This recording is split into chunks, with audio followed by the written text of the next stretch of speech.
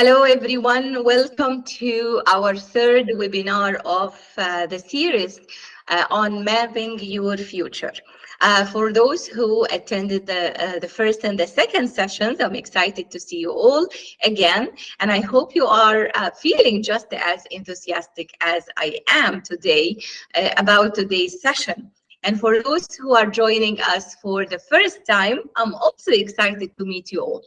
Our goal of these webinars is to provide you with some practical tools and strategies that you can apply to your day-to-day work and life to achieve the success you desire. Joining us today, Dr. Weal Hossam, and this time I will ask him to introduce himself because I believe that he will do a marvelous job in introducing himself. As we start, I want to remind you that you can type your questions in the chat box, and we will try to answer your questions at the end of the session if we have time. If we don't have time, we will try to post some questions and answers on our LinkedIn page. This is a collaborative learning environment, and your feedback is essential to making it success. So I appreciate you coming and spending this time with us. So without further ado, let's start. But before we start, we have a disclaimer here. This webinar will be recorded and will be used and shared on the university's social media and other public platforms. By joining, you consent to this. If you have concerns about being recorded, please contact the facilitator beforehand. The webinar provides general career planning advice, not personalized advice. So seek professional help for customized advice. You are responsible for any decisions you make based on the workshop or the webinar.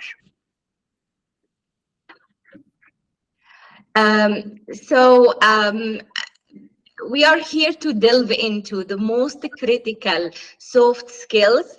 We said we will cover 10 soft skills. I doubt that we will be able to cover all the skills today. So we may cover only like 5, and we will have, schedule another webinar to cover the rest. So let me first introduce the Windsor University USA. Windsor University USA is a licensed American university for post-secondary education, approved by the Higher Education Licensure Commission, HELC, H-E-L-C. Our accredited programs are designed to empower students worldwide with the high-quality academic education using the latest technologies. We strive to provide affordable and convenient education that prepares students to lead in the job market, and we aim to ensure that our online education is the same quality or maybe higher than the traditional education, and that our instructors and students can exchange knowledge and experiences seamlessly. So with us today, Dr. Weal Hossam, and please, Dr. Weal, I invite you to introduce yourself to the attendees. Dr. Hanan, a great introduction. Good morning from Egypt, and good morning in Canada and the United States. Yes, it's morning at my end. And good afternoon in Egypt. I hope everything is going okay with you. I am the head of HR and Digital Transformation in Windsor University.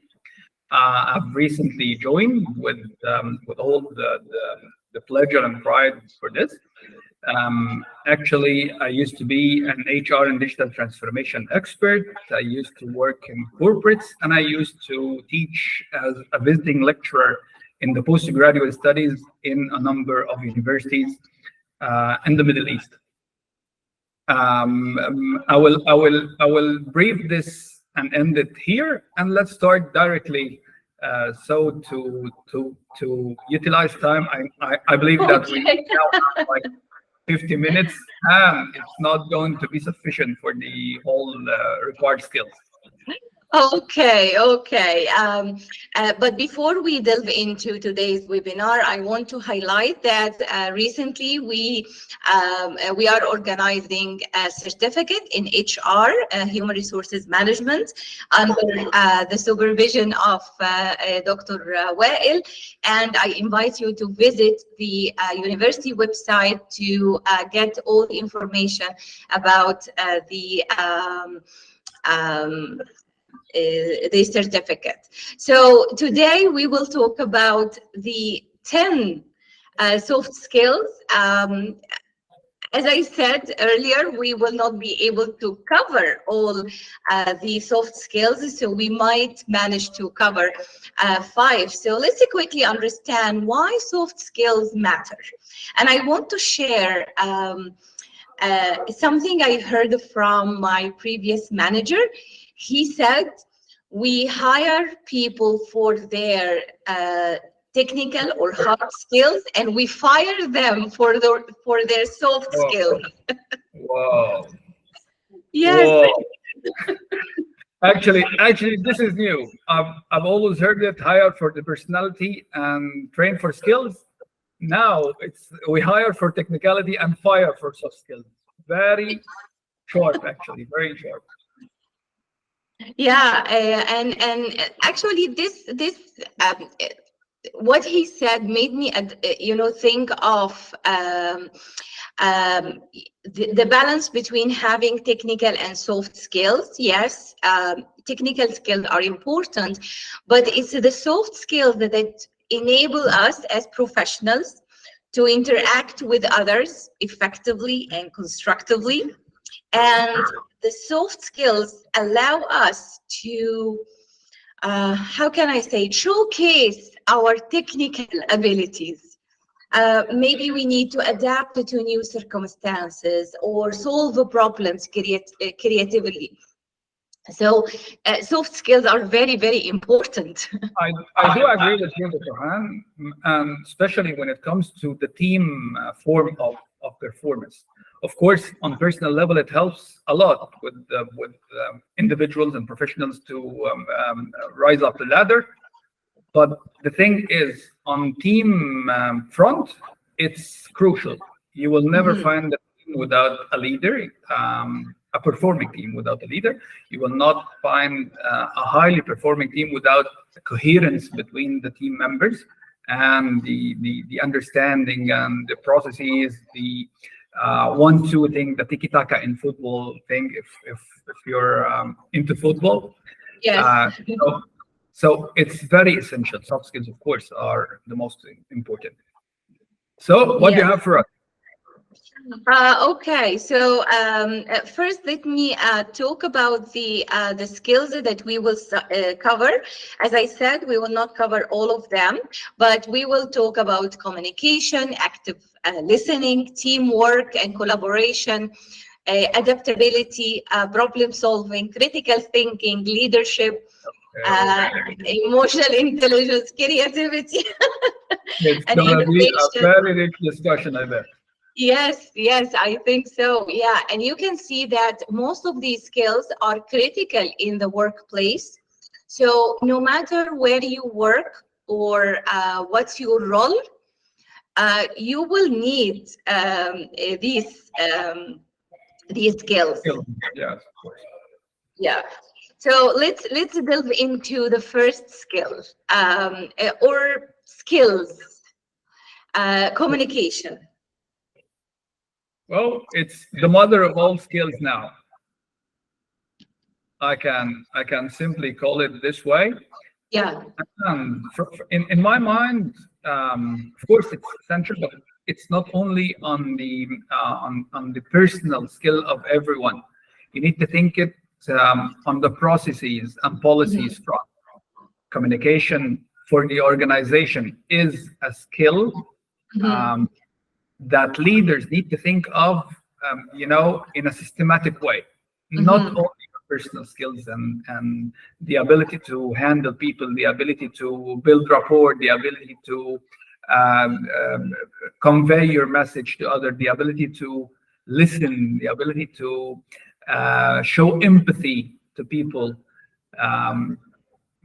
The other part that mainly I call it overlooked with leaders is how to build a communication system that conveys and builds the relationships between the employees and the management team. So, as you said, I also believe that communication is the, what they call it, the linchpin of any professional relationship, Sure. as well as, of course, personal relationships. So, you said that, okay, the organization itself should have a system that fosters effective communication, Sure. and I agree with this. But also on the professional level, as a person, as a professional, you need to acquire effective communication skills to convey your ideas. So you might have the best system in place with the technologies and everything that can facilitate effective communication. But as a person, if you don't know how to convey your ideas, your thoughts,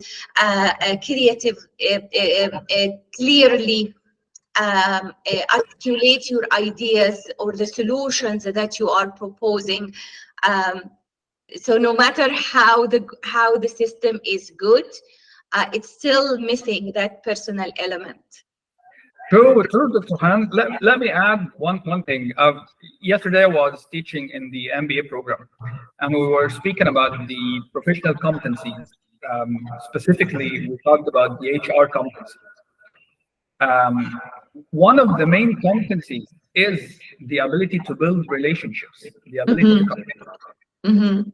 If you're the world champion in thinking and management, if people don't like you, you will have problems in leadership. You will have problems conveying the message and the vision of the team. And this is the thing, to convey the vision and to articulate it and let people be led, like admit that you're the leader. If you don't have this notion of building the rapport and using the effective communication skills, you will not achieve anything. So it's crucial. Yes. So we touched on the benefits of effective communication, and we said that it's the cornerstone or the linchpin of any successful professional relationship. And you elaborated on this need for building rapport and relationship. I want to highlight that when we talk about communication, we mean verbal and non-verbal and the written elements. So it's not only how you articulate your ideas verbally, but also can you put it in writing? How about your body language? Can you foster a mutual understanding and trust? So when you go into a meeting or have some interaction, are you fostering mutual understanding? Will people trust you? Are they going to be ready to collaborate with you? So what do you think? What are the elements of communication that we are talking about that can foster trust? Okay. Once you speak about effective communication, the thing that comes to my mind is how to visualize communication. Because the human mindset, we understand better the visual effects of whatever we deal with. So if my body language shows that I am sad while I'm speaking happily, you will think that I'm sad. My body language will rule. Okay, There will be some sort of disconnect. Yes, and you will believe my body language, not my words. If I'm speaking like people, we need to be ambitious and we need to hit the mountain Everest tomorrow and so on. While I'm frustrated from inside, or I'm disappointed, or I don't believe it, you will believe my language. You will totally ignore what I say. So visualizing the communication is the thing. And speaking of this topic, let me tell you one of my practices in the meetings. Usually, I never let go of having a screen in my meetings, and having like the show, the minutes of meeting, it shown in front of the screen, in front of us all. Okay, most of the time we have like graphs, like mind maps, like presentations, like you use now. If you can control the visual part of the brain, you're going to convey your message effectively. And most probably the teams, they ignore this part. They tend to speak freely. Of course, science tells us that 30% of the message is only understood if we're speaking, and the rest, 70%, will slip through our communication. That's why they say one picture worth 1,000 words. True, very true. Very true. And I like that how you try to control all the elements. So you control the spoken word, you control the visuals, so there is no disconnect between the elements of the communication, so you can convey the message correctly. And I remember that yes, 70% of our message is conveyed through our body language. True. Very true. Yeah. So I want to highlight here that in verbal communication, clarity and conciseness are crucial. We think that the more you talk, the more you speak, the more words you put into the message, the stronger the message is. But actually, it's the clarity element. So, and I believe Einstein said, if you cannot explain it to a kid in the 5th grade, you don't understand it. Also, non-verbal communication like body language. People are connecting. Yeah.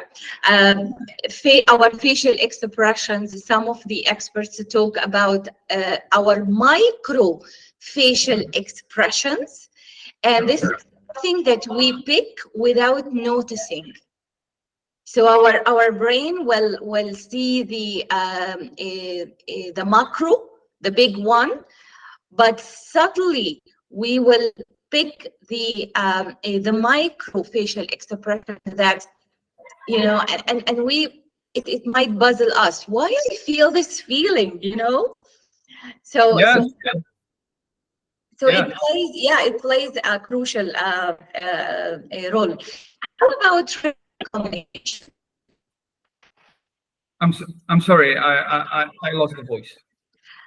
Okay, I'm talking now about the written communication. Oh yeah,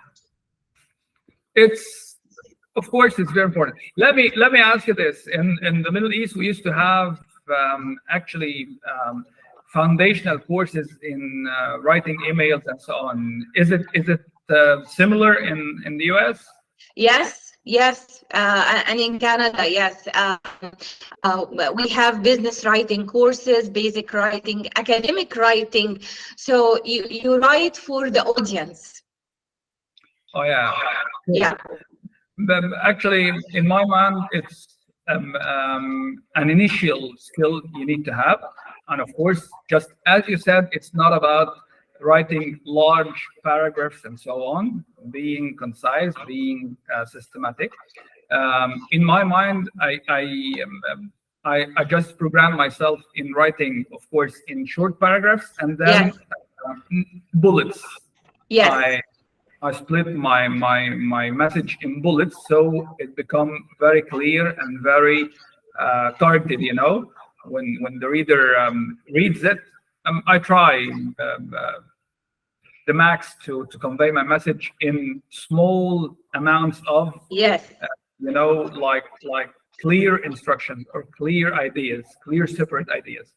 Yes, and also grammar and punctuation and the writing structure are very important. And right now we have AI-powered applications like Grammarly,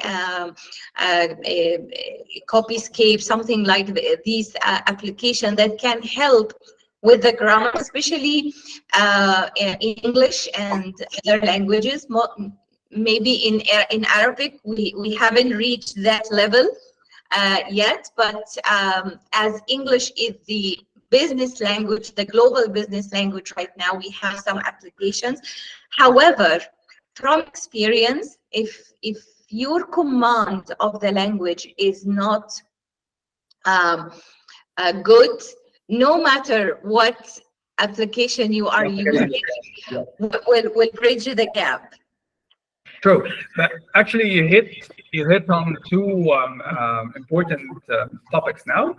First is the ability to have a strong message.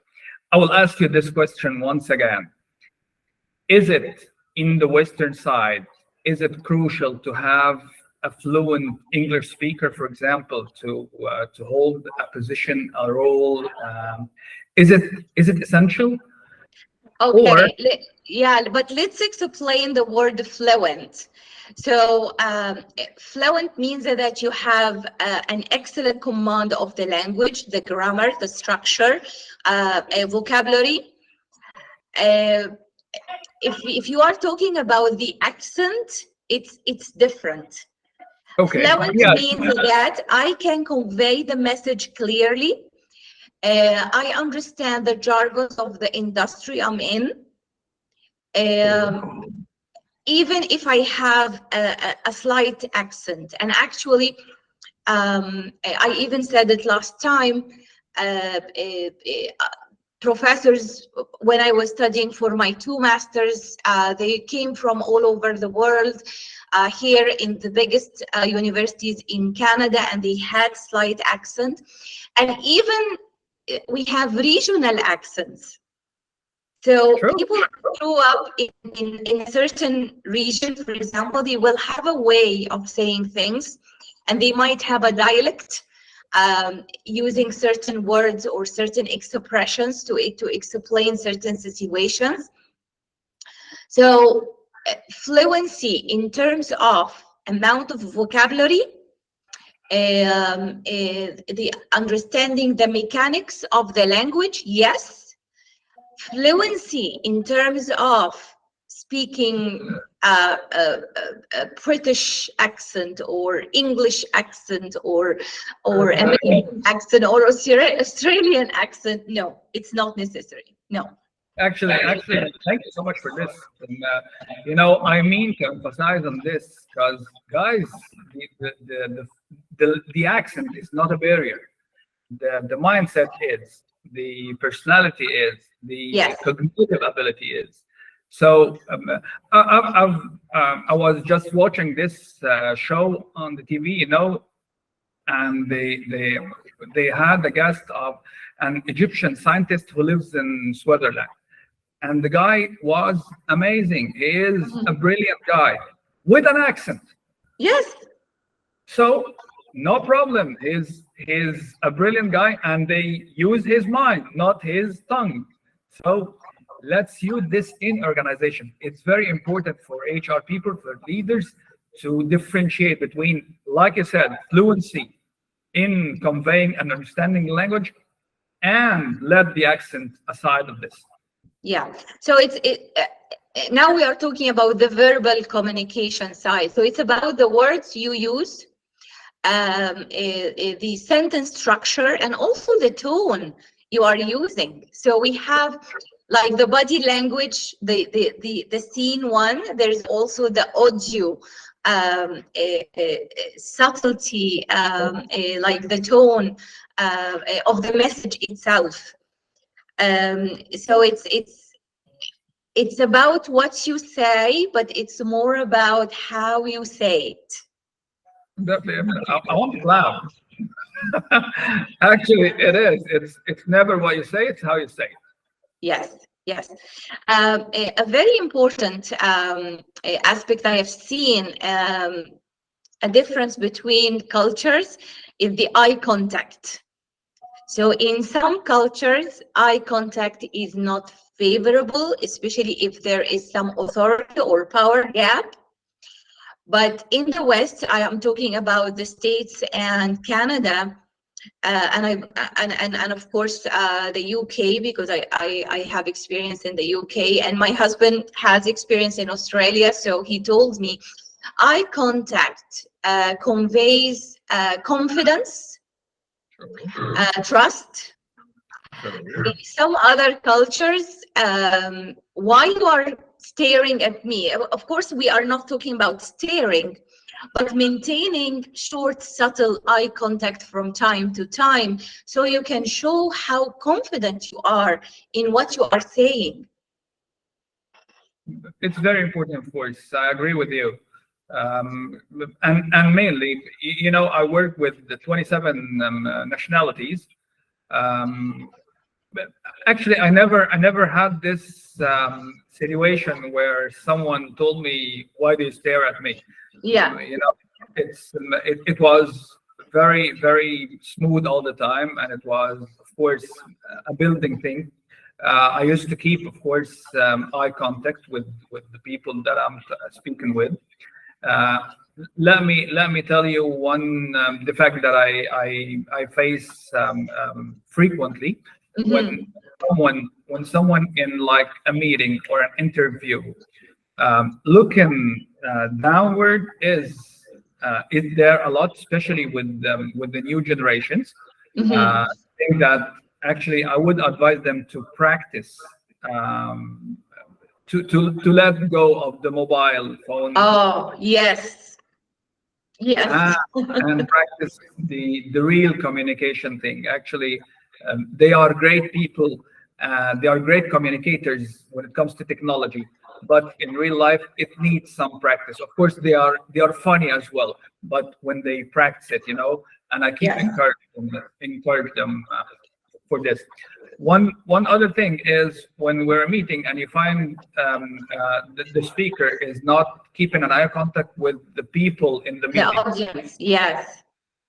They just focus with one of the attendees and so on. This gets the other attendees to lose you, to be Yeah. To distracted, feel left out. to feel left out. Yes, true. Of course, if we are speaking about trainers and lecturers and so on, the eye contact with the audience, with the in the training program is crucial, is essential actually. Mhm. And even in the virtual world, I keep reminding myself to look at the camera. I have a tendency to look at you where you are, but True. again, it showed that okay, the disconnect. So I keep reminding myself to look at the camera. Wow. True. Actually, let me have your advice on this, because my MBA class now, I have half of people are attending in the class and the rest are online.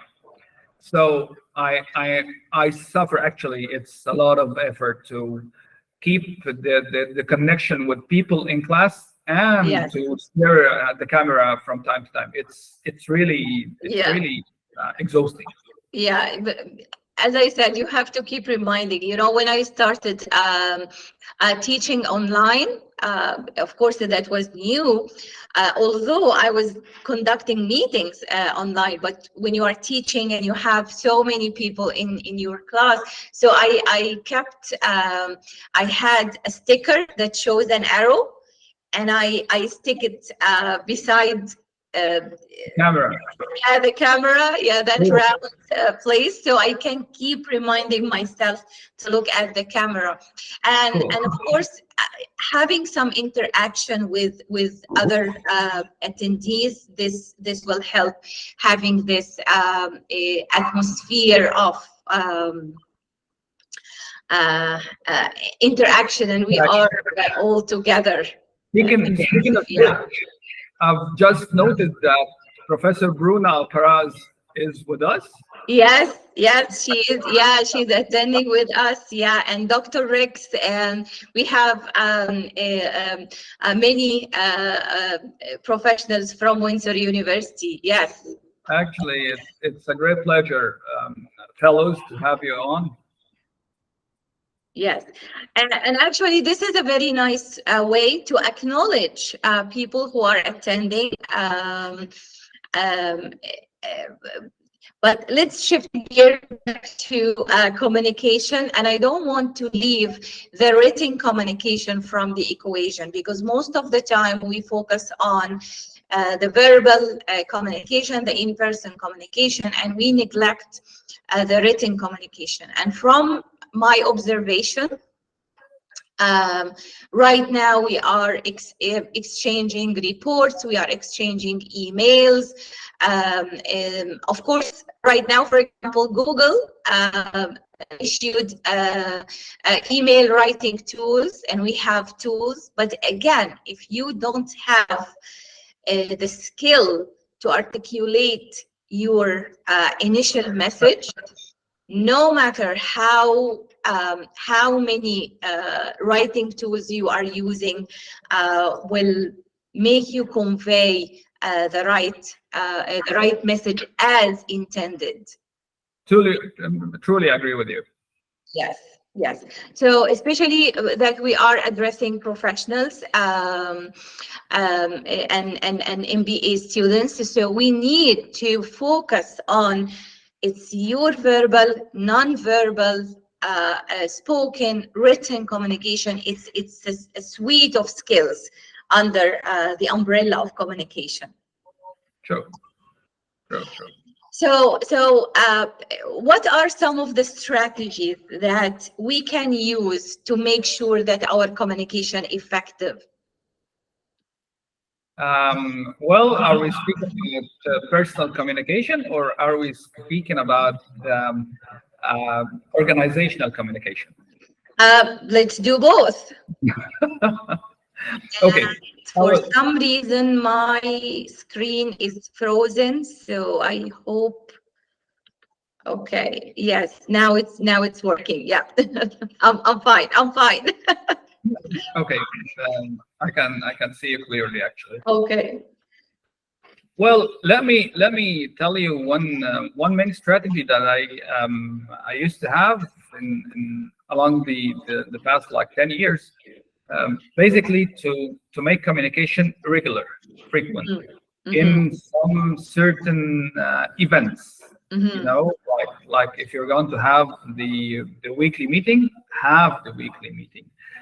Structure it, have it structured already, and set the topics clear in categories, so people get involved with whatever the topics that we're going to discuss. This is on personal or meeting level. When it's, of course, on organizational level, you have to set the channels right. You have to be clear with the people in the organization about where to go if they need to know a specific piece of information. So these channels should be really, really clear, so people don't get lost and don't waste time. You know, especially when it's in the probation period or onboarding program. It's one of the most effective ways of communicating the organizational culture to the new people is to let the leaders of the organization meet the people. So So what if you are not the leader or even a team leader? the title is not the important thing. The important thing is the one responsible for a function or an area. Meeting the new people, it melts the ice. It breaks the ice for the newcomers with the organization. It saves science says it saves them like 3 months of like random communication with people. If you're conducting only a couple of days training program, induction program for people to get used to the organization, the org chart, whom shall I talk to if I need vacation, whom shall I talk to if I need to go to see a doctor, whom shall I talk to if I need an advice in my career, whom shall I talk to if I need an advice in like transportation. So this thing help people get familiar with the organization easily. And the magic of communication here is, you let the leaders of the organization like hold or embrace the newcomers. They feel responsible for them. They feel like they are responsible for having the newcomers mingle within the team professionally and quickly. Well, I want to focus also on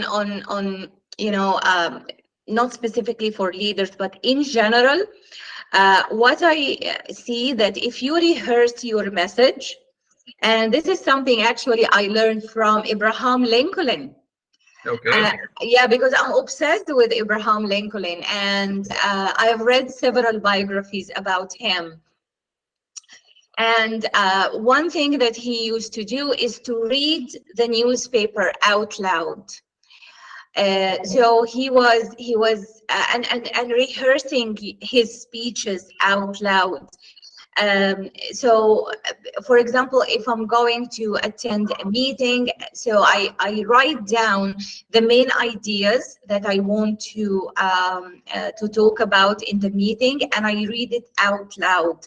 So I rehearse whatever the messages that I want to say or convey, and make sure that what I'm talking, what I'm saying is clear, concise, straight to the point, as they say.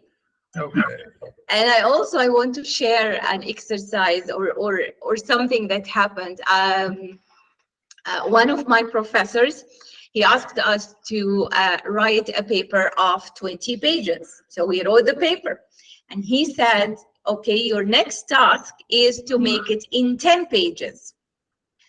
Okay, not a big deal. And he came the next time and he said, write it in 5 pages. Oh. And the last time he said, write it in 1 page, 250 words. Okay, and could do it. And that was so difficult. Can you imagine, boiling down a research with references, and my research also included some interviews and things like that. So actually, it's a great skill, and it's so demanded in work because as we all know, if you're going to read a report, you're going to find the executive summary in the beginning of the report. yes. The executive summary is the one page, for example, that speaks to the leaders to give them the flavor Yes. of whatever in the whole report. And then if they want to delve more and dive more. Yeah. My manager from a previous job, he said, assume that the one who will read our proposal will not read more than the first page. Okay. So we need to focus on the most important aspect of what we are talking about in the first page. Are you still rehearsing, Dr. Hanan? So till now, before you go Yes, to a yes, yes. Perfect. And even those classes that I already taught several times, I'm always visiting those classes again and again, and doing my rehearsals. Yes. Actually, I write my reports myself. I write my presentations myself because this is the rehearsal Yes. part. And of course, it gets you with your mind. You live into the message that you're going to convey. Yes, yes. So I think we have enough time to cover another skill, and I'm happy that it's still related to communication. So the second skill is active listening. You're the master of it, I bet. No, no, my sons, they say the opposite. You are not listening, Mama, you are not listening. Okay. Well, actually, of course, if they say if you want to be listened to, you need to listen first. Yeah. Let me tell you that practically, I use this very skill in like 100% of my meetings. I am a very good listener in the beginning, and let me tell you this. Mm-hmm. Uh, we're speaking about leadership, which is I always fond of. Nelson Mandela said a quote, a very, very, very good one actually. Leaders speak last. Mm-hmm. So if you are a leader, you tend to listen to everyone, all the opinions, all the Mm-hmm. images, all the debates, and so on. So you can form, absorb, and think and weigh the things. Then when you speak last, Mm-hmm. you you look like wise. Mm-hmm. Uh, where did he learn this skill from? From his father used to be a chief of a tribe. Mm-hmm. He said that when he was young, he used to witness his father sitting and listening to everyone in the tribe. Mm-hmm. Then is the last to speak. When you think of it, guys, how can we lose such an opportunity of listening and learning all the opinions and so on, and forming the most wise opinion in whatever subject we're discussing? Mm-hmm.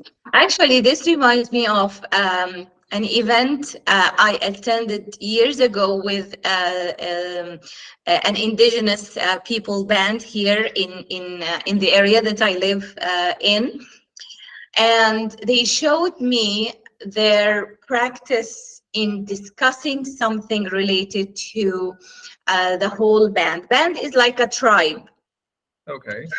and or a nation, as they call it, nation also. Okay. And it started by the elder or the leader um, giving a very, very brief message about what they want to discuss. Okay. And he had a feather, and he gave the feather to the next person. So the Oh, next person took the feather and kept talking, and no one is allowed to speak until this person hands the feather to another one. okay. And they kept moving the feather until it reached the leader or the elder again. Okay. So And everyone listens to the yes, speaker. yes. And you Very can see that it's a circle, not a pyramid. yes. So we Yeah. are equally, interacting, and not because I'm the leader, I'm at the top. No, I'm at the same level at like everyone. Very good technique, of course. I used to use it when we are building teams, but with a pen, Mhm. you hand the pen to the one who speaks, and the rest need to listen. Mhm. Uh, and of course, I didn't do it in a circular way, but it was in turn. But next time I will do it in a circular way, of course.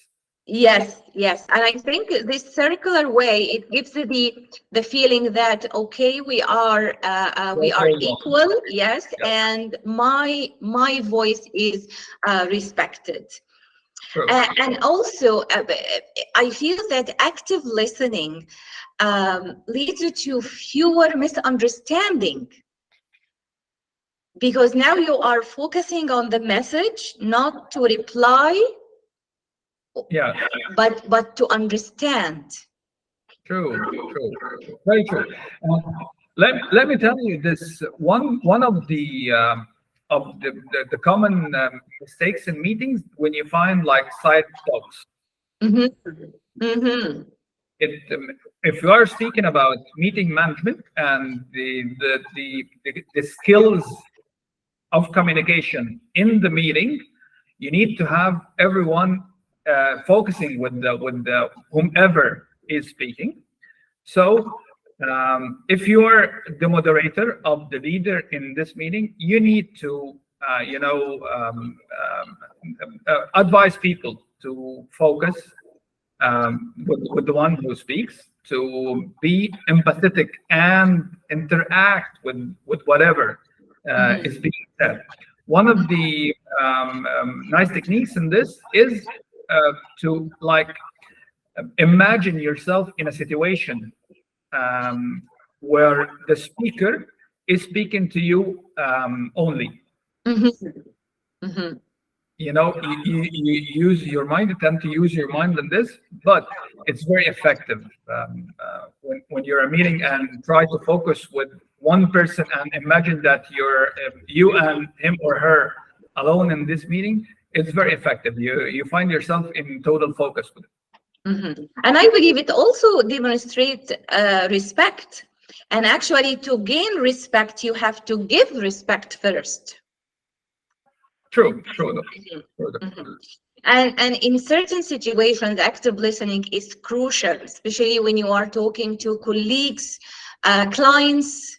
You are in a situation that you want to understand the other person's point of view, why they are thinking the way they are thinking or behaving the way they are behaving.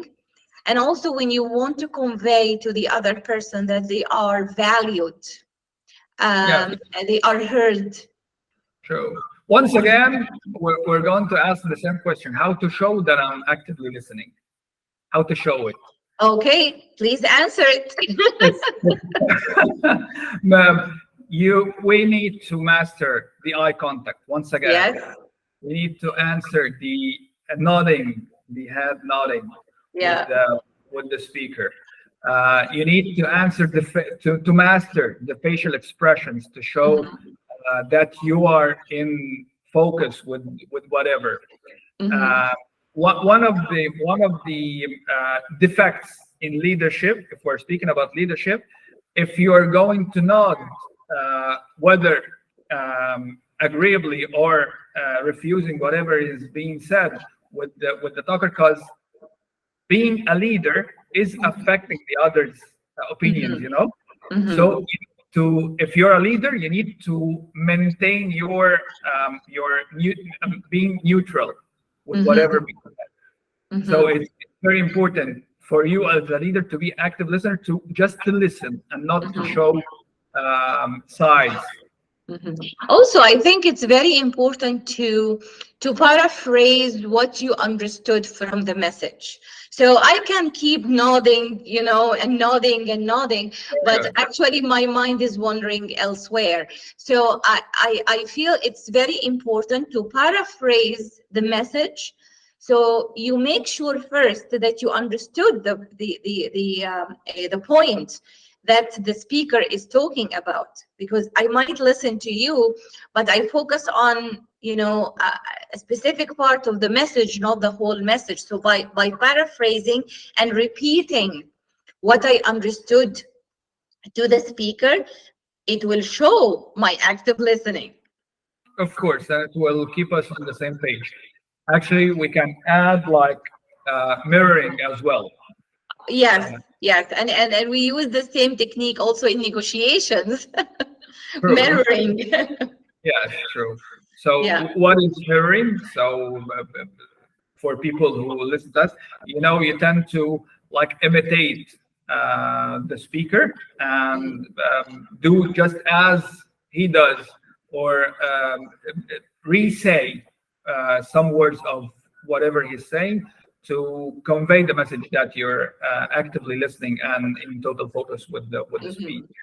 Mhm. And you use it tactfully, so for example, if they are leaning, you start leaning in certain important points, or as you said, use the same body language but in a tactful way. Yes, very good point, actually.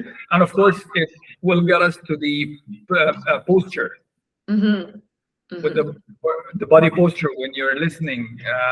Are you laid back? Are you leaning forward? Do you show like you're in total focus, or you're bored? You Mm-hmm. need to give attention to Mm-hmm. such Mm-hmm. gestures. Mhm. And actually, I believe that active listening starts before even the conversation starts. So when you decide that, okay, I will listen without judgment, without jumping to conclusions. When I am in doubt, I will ask for clarification. So you enter the conversation without preconceived or predetermined judgments. But Uh, this is, let me be very frank, Dr. Hanan. This is very hard, actually. Not yes, everyone yes, can. it is. Actually, you don't find it much. Most of the people tend to debate, Yes. tend to defend their opinions. Do you have an advice for people to not to feel offended by the other opinion or so on? The first thing is to take the decision. Okay, it's hard, but let me try. Let me try to detach my personal lens, because we see the other people through a personal lens. For example, like wearing blue glasses, and you will see everything tinted in blue. True. So let me take the decision that, okay, let me listen first. Let me see what they actually mean. Okay. Being offended by others, it means that I felt disrespected. Do Okay. they really mean to disrespect me or to offend me? Or do they have a viewpoint different than mine? So it Very good. starts with a decision. Okay, of course, very good. And of course, it reminds me of a lesson I've learned a long time ago. Actually, if you're in a meeting, or in a sales position, in a negotiations situation, you Yeah. need to focus that the other person is not addressing you personally. They speak to the organization that you represent. They speak to, if you're selling something, they speak to the shop that you're representing, and so on. Don't Mm-hmm. ever take it personally. Mm-hmm. Mm-hmm. Yeah, but So sometimes there are some internal politics. But again, coming back to this tactfulness in managing everything. We are running out of time, and we managed only to cover two skills. So this means that we will see you again and again and again. I'm very grateful for everyone who attended. We have 5 minutes. If you have a question, you can write it in the chat box. And to wrap up everything, will you please share with us your final insights about the two skills we tackled today, Dr. Wael? um, let's first encourage people to ask and to give us feedback. Whatever thoughts you have, please share it with us. Finally, I bet that all the skills are learnable. Yes. Uh, um, not a single expert in the world was born as experts. Mm-hmm. Mm-hmm. We all learn our skills. We all tend to practice it. And of course, we need to understand that it's situational. Mm-hmm. Communication skills, soft skills are situational. So you need to learn how to apply whatever amount in each situation. You need to be aware of yourself, your Mm-hmm. feelings, as it reflects on your face and your body and so on.